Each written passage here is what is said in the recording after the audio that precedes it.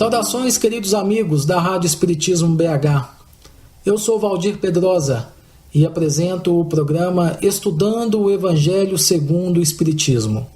No nosso último encontro, estudamos a primeira parte do capítulo 2 do Evangelho segundo o Espiritismo, Meu Reino Não É Deste Mundo. No programa de hoje, daremos continuidade às nossas reflexões. Terminamos o último programa falando a respeito dos nossos companheiros, dos nossos irmãos que duvidam da vida futura e da situação complicada em que eles mesmos se colocam.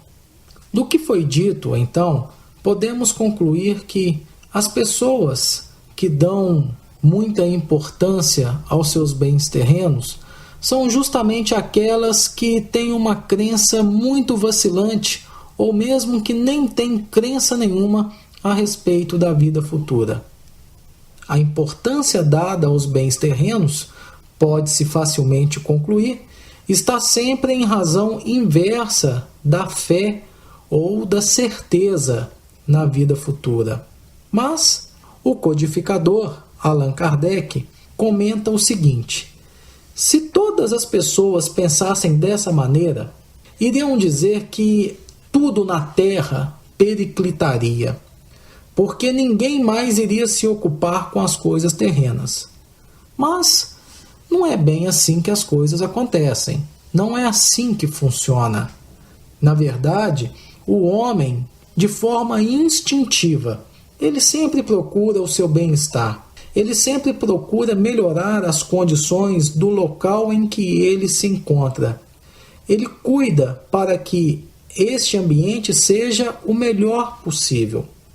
Desse desejo de bem-estar, o homem é forçado a tudo melhorar, impelido, obviamente, pelo próprio instinto do progresso e da conservação, que está nas leis da natureza.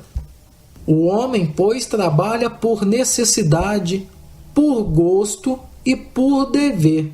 E dessa forma, mesmo que ele não perceba, ele está atendendo, está obedecendo aos desígnios da providência divina. O que o Espiritismo, enfim, vem nos ensinar nesse aspecto é que aquelas pessoas que se preocupam com o futuro, elas também se preocupam com o presente. Só que elas não dão às coisas do presente uma importância maior do que aquela que lhes é justamente devida. E para essas criaturas, os seus insucessos na vida presente não gera tanto infortúnio, tanto pesar, tantas dificuldades, porque ele está pensando no destino que o aguarda. Ele sabe que essas vicissitudes daqui da Terra, do plano físico, são muito pequenas se comparadas com as grandezas do porvir. Dessa forma, ele acaba passando por essas situações menos fáceis com mais tranquilidade, com mais calma, com mais fé. Deus não condena os gozos terrenos. O que ele condena é o abuso desses gozos em detrimento das coisas da alma.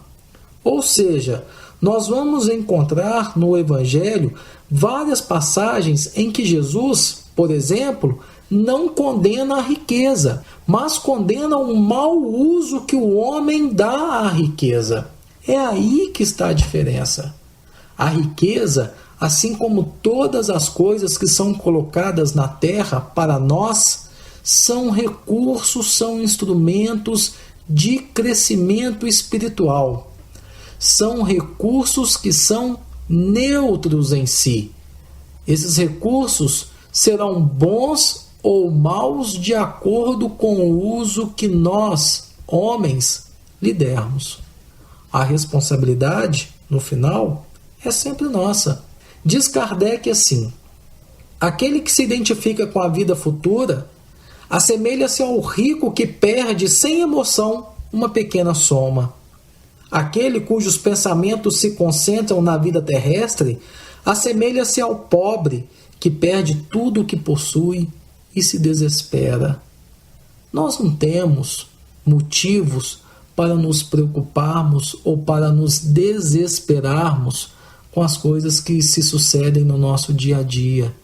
Sabemos que para tudo existe um motivo justo, uma causa justa. Se não fosse assim, Deus não seria justo. E não sendo justo, aí teríamos um problema muito grande, meus amigos, porque a justiça, no seu grau infinito, é um dos atributos da divindade sem o qual Deus não poderia jamais ser Deus. Precisamos aprender a confiar mais no Pai e na sua providência e nos conscientizarmos da importância de fazermos bem feito a parte que nos cabe em sua obra para o nosso próprio aperfeiçoamento moral e espiritual. Face a essa visão espírita da vida futura, meus irmãos, nós podemos fazer uma rápida comparação com outras duas teorias acerca da vida futura. Uma, na verdade, não é nem sobre a teoria da vida futura, mas sim sobre a teoria do nada, também chamada de niilismo, que embala as concepções materialistas ainda vigentes para algumas criaturas.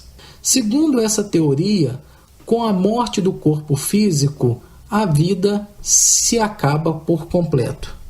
Não existe vida após a morte do corpo físico. O fenômeno que conhecemos como vida não passa de um simples fenômeno biológico, sem nenhum componente espiritual. Morreu o corpo físico, acabou-se a existência, acabou-se a vida. Na época de Kardec, ainda estava em voga uma teoria chamada de panteísmo. Os seus adeptos acreditavam que, além do corpo físico, existia um princípio espiritual. Até aí tudo bem, porque pelo menos os adeptos do panteísmo já admitiam a existência de uma essência espiritual. Porém, após a morte do corpo físico, entendiam esses companheiros que essa essência espiritual se fundia ao grande todo universal e perdia completamente a sua individualidade. Ora, meus irmãos, se formos considerarmos essa ideia, ela não é nada animadora e se parece um tanto quanto o niilismo, porque não existir vida após a morte, ou mergulhar a nossa essência espiritual num grande todo universal e perder a nossa individualidade, perder a nossa consciência, é como se deixássemos de existir. Analisando essas três concepções, nihilista, panteísta e espírita, qual das três, meus amigos, é a mais coerente com a justiça, a bondade e a misericórdia divinas? Permitam-me trazer algumas questões do Livro dos Espíritos, na sua quarta parte, capítulo 2, onde Allan Kardec trata das penas e gozos futuros. Na questão 958, pergunta-se: por que o homem tem instintivamente horror ao nada? E os espíritos responderam: porque o nada não existe. Na questão seguinte, Allan Kardec questiona: de onde vem para o homem o sentimento instintivo da vida futura? E os espíritos responderam: já o dissemos. Antes de encarnar, o espírito conhece todas essas coisas, e a alma guarda vaga lembrança do que sabe e do que viu no estado espiritual. Então, nós podemos concluir, meus amigos, que quando nós aqui reencarnamos, quando chegamos de retorno ao planeta Terra, nós trazemos na nossa casa mental toda essa ideia, essa lembrança que trazemos como uma vaga intuição da existência da vida no plano espiritual. Nós já trazemos isso de forma inata. Na questão 962, pergunta-se: por que existem céticos, já que a alma traz ao homem o sentimento das coisas espirituais? Não é interessante esse questionamento? Vejam bem, se nós, quando reencarnamos, já trazemos de forma inata a lembrança da existência da vida no plano espiritual, por que existem pessoas que não acreditam? Vamos ver o que os espíritos responderam? Eles são em menor número do que pensais. Muitos se fazem de espíritos fortes durante a vida, por orgulho, mas no momento da morte deixam de ser tão fanfarrões. Sobre essa questão, há um comentário muito interessante do codificador, onde ele diz: a consequência da vida futura decorre da responsabilidade dos nossos atos. A razão e a justiça nos dizem que, na partilha da felicidade a que todos aspiram, os bons e os maus não podem estar confundidos. Não é possível que Deus queira que uns gozem sem trabalho de bens que outros só alcançam com esforço e perseverança. A ideia que Deus nos dá de sua justiça e de sua bondade, mediante a sabedoria de suas leis, não nos permite acreditar que o justo e o mal estejam na mesma categoria a seus olhos, nem duvidar de que recebam algum dia um a recompensa, o outro o castigo, pelo bem ou pelo mal que tenham feito. É por isso que o sentimento inato que temos da justiça nos dá a intuição das penas e recompensas futuras. Portanto, esta é a mais clara intuição que poderíamos trazer a respeito da justiça divina. A vida futura é um fato que, para nós espíritas, não guarda a menor dúvida. No passado, os nossos teólogos complicaram bastante a ideia acerca da vida futura, porque criaram um céu de delícias, um céu que seria a morada de espíritos eleitos, daqueles companheiros que tiveram uma vida irrepreensível aqui na Terra. Só que esse céu seria a morada dessas almas que estariam lá em estado contemplativo, em estado beatífico, sentado à direita de Deus, numa ociosidade sem fim. Criaram também um inferno, para onde seriam lançadas na caldeira do diabo aquelas almas que cometeram faltas, que tiveram seus pecados aqui na terra. E de lá não sairiam jamais. Ficariam lá ardendo nas chamas eternas sem fim. Mas surgiu um questionamento. O que fazer com aquelas almas que não cometeram faltas assim tão graves para serem lançadas no inferno, mas que também não tiveram uma conduta irrepreensível que lhes garantisse o acesso aos céus? O que fazer com essas criaturas? Para onde iriam na vida futura? Qual seria a sua sorte? E então tiveram a ideia de criar o purgatório. E do purgatório, essas criaturas não sairiam pelo seu esforço próprio, não sairiam pelo seu arrependimento e pela sua vontade de melhoria. Sairiam de lá apenas mediante as orações feitas por seus familiares e amigos, pessoas que se interessassem por eles, que estivessem ainda na Terra. Mas surgiu um outro questionamento. E quanto às crianças? O que fazer com aquelas almas que desencarnam em tenra idade, que não tiveram tempo de fazer nem o bem nem o mal para merecerem nem o inferno e nem o céu, e nem tampouco se encontram na situação daqueles que habitam o purgatório? Como fazer com a alma das crianças? E foi então que criaram o limbo. Tudo isso cai por terra quando nós estudamos os ensinamentos de Jesus, quando nós compreendemos os ensinos dos espíritos superiores constantes nas obras da doutrina espírita e percebemos que no plano espiritual não existem essas divisões. São os próprios habitantes deste mundo que vêm nos dizer que existem sim esferas que são moradas de espíritos felizes, de espíritos superiores, assim como existem lugares nas esferas espirituais que são habitações de espíritos que estão na caminhada ainda, espíritos imperfeitos, alguns já conscientes das suas necessidades e que se esforçam por melhorar.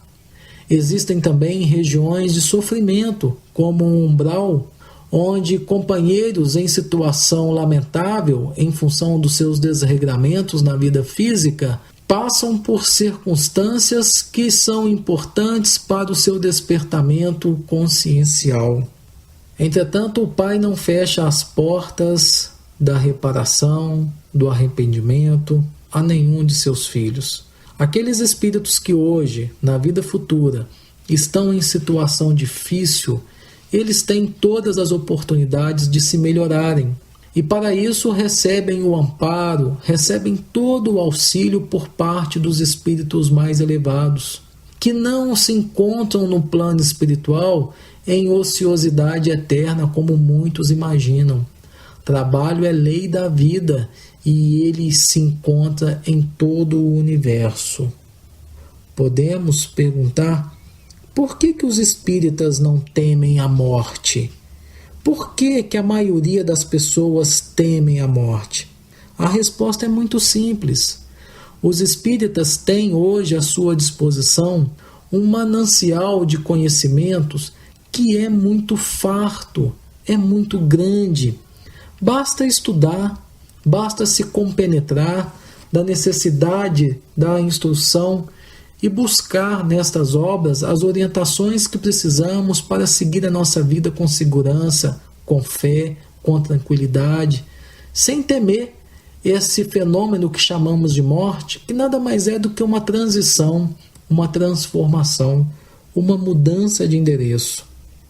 Já os nossos irmãos que não são espíritas, esses temem a morte em função dos ensinos religiosos, um tanto quanto equivocados, em função do apego que ainda votam às coisas materiais, e também, assim como nós espíritas, em função do próprio instinto de conservação. Nós fazemos de tudo para não morrer, mas também não tememos a morte. Sabemos que quando ela chegar, é porque soou o nosso momento no relógio de Deus, e temos que fazer de tudo para estarmos preparados para esse momento tão solene em nossas vidas. Em várias obras espíritas, notadamente as do espírito André Luiz, psicografadas pelo médium Francisco Cândido Xavier, nós vamos encontrar várias referências ao momento do desencarne e ao que se sucede após. Vamos ver que nesta hora somos auxiliados pelos espíritos amigos.